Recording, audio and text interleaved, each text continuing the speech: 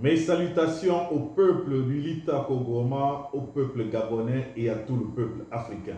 Je vais faire immersion dans mon pays, le Gabon, pour commenter l'actualité politique nationale qui est animée par justement les différentes sorties des différents opposants au président Brice Clotaire Oligui Nguema, c'est-à-dire Ondosa, c'est-à-dire Alain-Claude Bilibinze.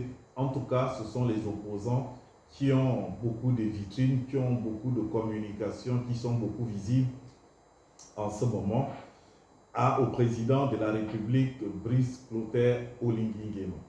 Ces opposants font des sorties en France. Ondosa qui a fait un exposé pour démonter l'économie du Gabon, pour faire comprendre que le Brice Clotaire Oligui Nguema et son gouvernement n'avaient pas les capacités de redresser l'économie gabonaise. Et Alain-Claude Bilibinze qui a tensé le pouvoir, qui a atomisé le pouvoir lors de ces différentes sorties au niveau de la France, qui dit, insiste et persiste qu'il est menacé par le président de la République, Brice Clotaire Oligui Nguema, qui l'appelle pour le menacer, etc. Qui détruit tout ce que le président de la République et son gouvernement sont en train de faire et qui s'exprime d'ailleurs avec beaucoup de rationalité. La question que je me pose, est-ce que Brice Clotaire Oligui Nguema est un homme seul? C'est la question que nous devrons tous nous poser. Le président de la République est-il un homme seul? That is the question.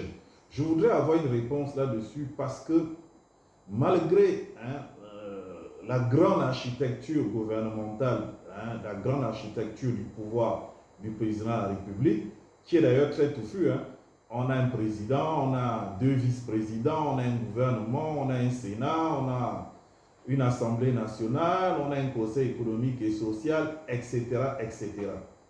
Comment expliquer que du côté du pouvoir, il y a aussi son parti, l'UDB, personne ne sort pour répondre aux opposants qui tentent sans arrêt le président de la République. Il y a une personne qui est sortie pour répondre à Ondosa et il y a personne qui sort pour répondre à Alain-Claude Bilibinze.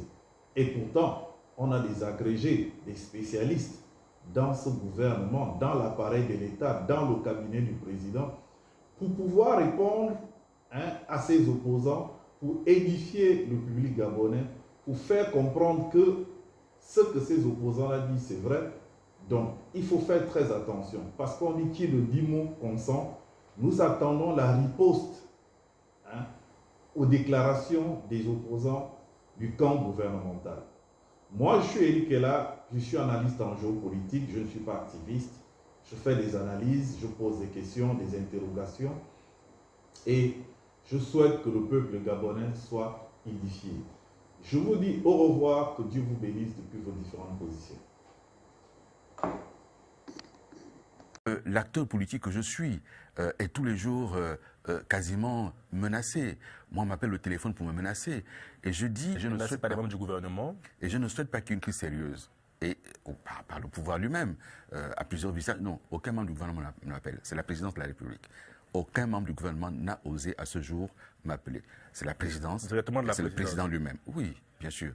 Et donc, il y a la crise dans l'éducation, il y a la crise dans le secteur pétrolier, il y a la crise dans la santé, dans l'enseignement supérieur, mais il y a plus grave, c'est la crise sociale, autour de la question du pouvoir d'achat, autour de la question de coupure permanente d'électricité, autour de la question de l'absence d'eau et la vie qui est de plus en plus chère. Et là, on ne sent pas un gouvernement qui prend à bras le corps cette situation. Au contraire, on rajoute des taxes. On va tout payer, la taxe d'habitation, l'impôt forfaitaire sur le foncier, ce qu'ils ont appelé la contribution foncière unique. Et tout ceci va amener naturellement à avoir une vie de plus en plus chère pour les Gabonais. Et si à côté de cela, il n'y a plus une respiration démocratique et qu'on emprisonne les journalistes, qu'on emprisonne les syndicalistes, que si on y prend garde, on a là un cocktail qui pourrait faire en sorte qu'on n'atteigne pas la fin de l'année sans une crise sérieuse. Et donc, ça veut dire aujourd'hui que ce pouvoir, il manque de vision, il n'a pas de cap, il n'a pas de stratégie, et passer le temps de la transition, où on a vu chanter et danser sur les estrades en disant le pays à la